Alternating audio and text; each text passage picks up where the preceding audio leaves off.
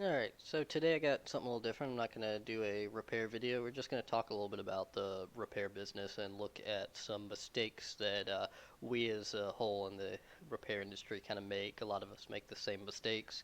Um, Not necessarily in the actual repair, but maybe in your marketing campaign and how you're trying to bring in business. Because we look at some of these really big corporations and see what they do and how hidden and mysterious they try to keep it and think that that's the right model to go with to make money. But if you really look at all of the very successful repair industries and businesses, they're pretty what's the word? They're open. They're transparent in what they're doing, so you can see how they do it. And generally, if they're not being transparent, they have a reason not to be. They're hiding something. So let's look at some of these advertisements I found that other people are doing for their instrument cluster repair businesses. I'm just going to keep it in that window, but I mean, we could go into cell phone repair and everything, and they would all have the same stuff going on. You really, when you look at these websites, you see the same thing. Other than maybe the game console repairs, they're a little more transparent. They like to show the boards they're working on and the work they do. So I'd say, from what I see, the console repair business kind of keeps theirs a little more open to view what they do. But other than that, yeah, people are trying to keep everything a secret, especially since, a lot of us that work on these learned how to do it from either forums and YouTube. So they figured, well, if I can learn it, anybody can learn it. So I got to keep it a secret. Nobody can know what I know, and it's just wrong. So we'll go through that. But first, we have a clip to remind us all: fuck Apple. They're one of the worst tech giants out there, and they really try to ruin our repair industry and try to stamp out any legal action you can take to be able to repair stuff. So let's watch that clip, and then we'll move on to some relevant content here. Oh, Apple roared into the TV game with a morning show. A superb drama, yeah. A superb drama about the importance of dignity and doing the right thing, made by a company that runs sweatshops in China. So, Fuck you, Apple. Okay, so let's start with this first guy here. So he's one of the only ones I didn't call out by name. That I did call out by name, sorry. This guy actually really deserves it, and you should know what he's doing here. So this first one, though, is just his first picture. It's not so bad, but I included it because it's one of the most common things I see people do in here. That's just really crappy marketing, really crappy business. Is basically hinting that people can't do the work themselves. Uh, but this ad's not too wrong here. Like if somebody's doing this as a business, like if somebody brings you a board that's this messed up and they said, "Hey, I paid somebody else to do this and it came out this way," you need to be calling them out by name. You need to list who did that work. You need to say, "Hey, this person did this to the board," and call them out directly, or else they're going to continue to make money. They're going to continue to do this and make more and more money doing absolutely crappy work and ruining other people's boards, as you're saying. This could be fixed. That's the other thing I don't like about this ad, is saying that it can't be fixed. I mean, you're just fixing a couple of lifted pads. It's very easy to repair. So don't hint that it can't be repaired at. You're lying at that point, or you're just incompetent and don't know how to work on a circuit board. Um, or you're just trying to scare people and get them to come to you, which I don't think ever works, trying to scare people. So let's go on. Here's another one of somebody doing a similar thing. This one's, I believe, was a self-repair attempt from reading it, but, you know, yeah, yes, it's not repaired by professionals. If somebody does this to their own board, there's nothing wrong with that. And you shouldn't be calling them out on social media. If somebody tried to fix their own board and they messed it up, it happens. People try to learn, and it's easy to fix. Don't say that this is more expensive. It shouldn't be. If you're not, if it, I can do these repairs, and if every pad was lifted off of the board for the stepper motor side, be clear here, just the stepper motors. If every stepper motor pad was lifted off of one of the 2003 to 2007 old body style or new body, whatever you want to call them, if one of those had every single pad lifted off it, I could do that in 30 minutes, replace all the missing pads. I mean, the Speedo would take the longest, but all the other ones you have, the test point sitting right there, super easy. I mean, Speedo, you're either gonna scrape or you're gonna run to the other side of the board or something. But it's less than an hour in there. You shouldn't be charging a lot of money for that, especially if you're already charging more than $100 for a rebuild, which most guys out here are charging more than $100. So that should be included. I charge 80, and that's included in there. So yeah, that's just ridiculous to me to hint that this is unrepairable and that you shouldn't try it yourself. Because here's something I've personally had a couple of people contact me asking some questions, and I answer them, and they're able to fix their board themselves, and then they give me $20. Don't ask for it. I've had this happen on 3 occasions. People have messaged me, asked for some advice. I gave them advice. They were like, hey, thanks for the advice. You got my board fixed for me. You saved me a bunch of time and money. Here's your $20 for answering my questions. And I never asked for any of it. So, telling people you can't do it, just send it to me. You're being a jerk. You're hurting your personal image, and you're running away potential customers, I think. And let's see here. So here's the same guy that we were just talking about, where I'm calling him out. So he is taking credit for other people's work, which is one of the worst things you can do as a repair technician. If you say, "Hey, I did this repair," or "I can do this repair, and here's my proof," and you post images of a famous YouTuber that repairs instrument clusters as your own, saying, "Hey, look at what I did. I know a guy who does it for $100. Hey, if somebody's doing it for $100, they're probably doing it right. Honestly, $100 is a very reasonable price for a repair. $100 doesn't cover replacing the plastic lens if it's broken. Yeah, 80 doesn't cover that for me. I do have to charge more for that. You're generally looking at 120 if there's broken plastics that need to be replaced. But come on. Let's see. So here's same guy again, taking credit for other people's work. So he posted this, basically saying, "Hey, I did this computer and just switched it over. It's success." So here's how great it gets. No, you didn't. That's me. I just blocked out my stuff so no one, everybody's not finding me on Facebook. But yeah, I called him out. Said, "No, you didn't. You're a scumbag." And here's what I had posted. This is another local for me. He did that. That's who actually did that repair. That guy straight up copied and pasted the text and copied all of this guy's images and claimed it as his own repair. When he's the guy that did it. And if you notice, the other one was dated in 2019, and Instrument Cluster Repairs, who's a local for me, he's not really local. He's about an hour, probably about 3 hours south of me. He's down near Tampa. So it's not exactly local, but he's close by. So I was familiar with his page. I'd seen his pictures before when I was scrolling through. I saw that and was like, "Hey, that looks familiar." Look at the two. I was like, "Yep, sure enough." So yeah, don't take credit for other people's work. If you didn't do the work, don't do it. Come on, you're just a scumbag at that point. You're literally just being a shitbag, saying, "I did this and I know how to do it." Yeah, and this guy probably doesn't even know how to do it. He probably doesn't even know which one's the EEPROM on there, even though you're kind of showing it in the picture. That idiot probably couldn't show it, and I'll show you why I say that.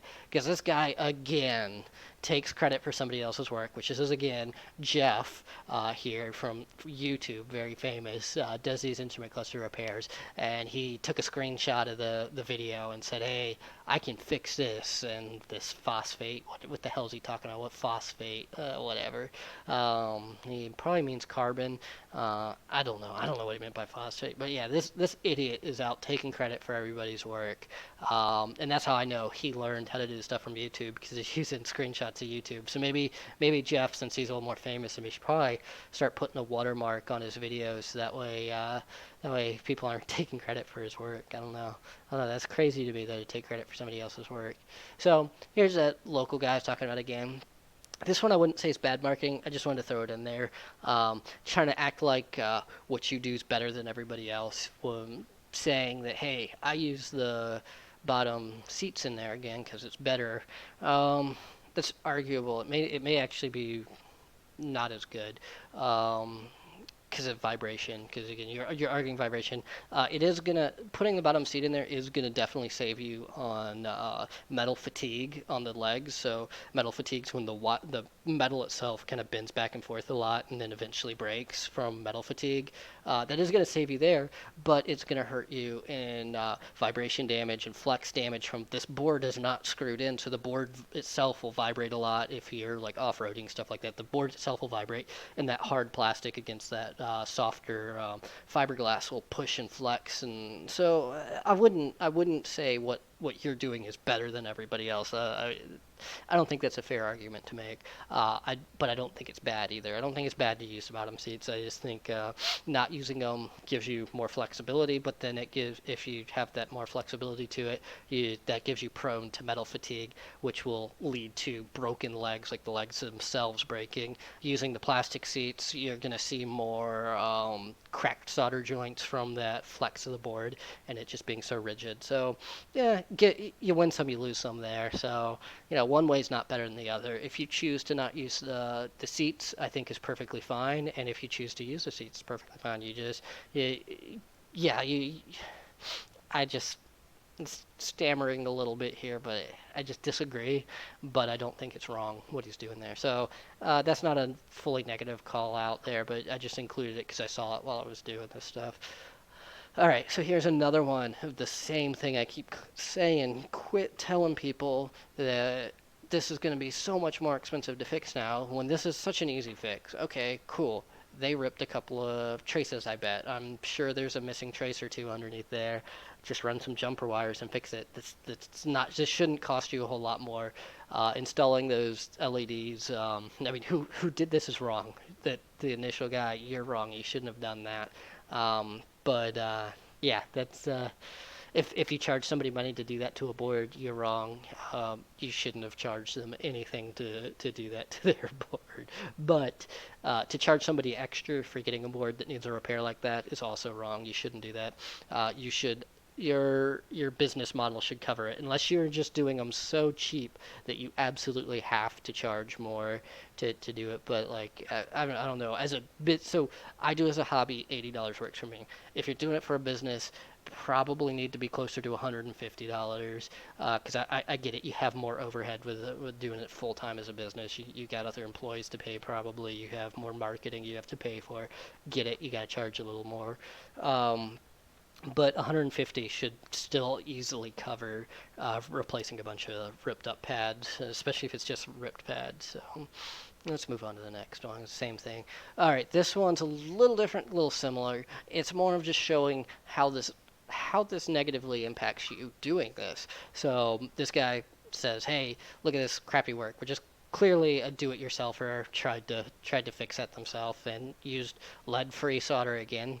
Just give them some good advice. Use some leaded solder, use some flux, go right back on there and it'll work.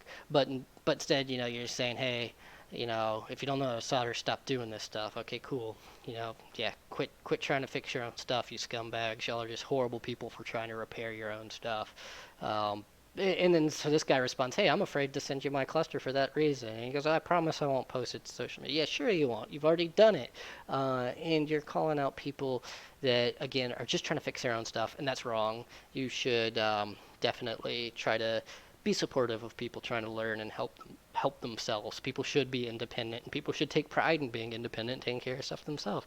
I enjoy working on these. I enjoy making money off of them, but I also enjoy assisting other people learn how to do it. And I think it positively impacts your business because you know what, that guy may have fixed that and got it on, but he'd have remembered that you gave him that good advice. And when his friend goes, hey, you know what, I need to send my board off, he's going to suggest it. He's going to be like, hey, this guy was a good guy. He knows what he's talking about, and I know he knows what he's talking about because he told me how to do it myself.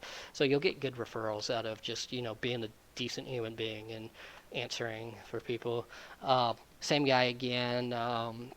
I kind of agree, kind of disagree on this one. I disagree in the fact that he didn't name the business that did it. If you're going to call people out, call them out by name, call them out to their face, so that way, one, they can defend themselves, because everybody here, you can see your logo, so you know if I'm calling you out, and you can defend yourself. I don't think that anything wrong with this business, so I'm not naming them as doing bad work.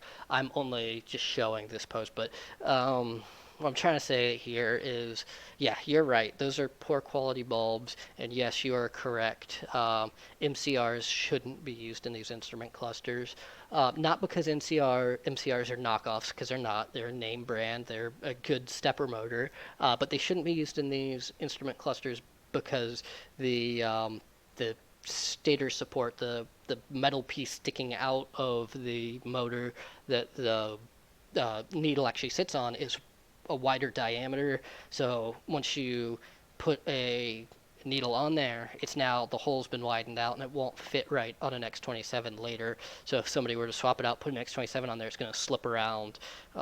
So you shouldn't be using MCRs. MCRs are about the same price as X27s, so I don't know why people are buying MCRs in the first place. But the 1109 MCR is just as good as the X27. The 1108s were pretty crappy. They would fail about as much as a X15 would, but the MCR 1109 is a perfectly good motor. Just don't use them in these instrument clusters. They are not the best for it. They also have a bigger tooth on there. We'll see that in a little bit. That it'll give you a more coarse movement to it. But yeah, MCRs I wouldn't recommend them to use in the instrument clusters. But it's a perfectly good motor. It's not a knockoff. I wouldn't say, hey, this retailer's using knockoff motors and crappy bulbs. I mean, they are using crappy bulbs. Those things are the worst to get off a board. That seat melts all over. All right, so here's the MCRs for you. So like I was saying, this is an advertisement pulled straight off the internet for MCR. Because adult teeth. It's got bigger teeth than the Swatex. Okay, cool. That just means it's going to be coarse. It's got rubber suspension. Doesn't need a rubber suspension. A lube shaft, good. And so it says plastic on plastic. That is true. The X15 and C5 and X15, those are plastic on plastic, and that's what causes almost all of the problems with it. The X25 and X27 both went to a stainless steel shaft in it. So, yeah, X27s, X25s are better than your MCRs, because your MCR has a smaller tooth count, so they have bigger teeth on there, which is going to make it coarser, and it's got a bigger stator support, which is going to make the needles not fit right. It's really hard to get the needles onto these, and then once you get them on, they're really hard to get off, and if you get them off, you're not going to be able to put them onto an X27. You're going to have problems with it. And then they try to advertise the coils are better. I've never seen the coils fail on any of these motors. I've just never seen a coil fail on them. What happens is that plastic on plastic just wears out, gets stuck, the gears start to grind, they quit working. So yeah, MCR is perfectly good stepper motor, just not for these instrument clusters. Use them for your Arduino projects and stuff like that, but don't use them in these. Is kind of my advice on it. And guess what? I've gotten burned. I have 50 of these. So I didn't get burned too bad because I always order samples first. But they advertised them as X27s and then send me MCRs. I got 50 of them sitting here. I got them 6 months ago, and I still have 50 of them. I haven't used any of them because I'm not going to put that in another person's cluster. I do save them in case I run into a situation where I might want to use them, if, say, it's for a friend or something, and they already had MCRs in there, so the needles aren't going to sit on X27s, and they're just on a tight budget. I might put MCRs back in that case. So I do save them for that situation, but I don't plan on using them anytime in the future. But it's just full disclosure. I'm trying to be open and transparent here. I do have some. I have 50 of them, and I've had them for 6 months and don't plan on using any of them unless I run into a weird situation. But yeah, I think that's it. Yep, so that's it for the images. So hopefully you liked the video. Hopefully you found some of this useful. Maybe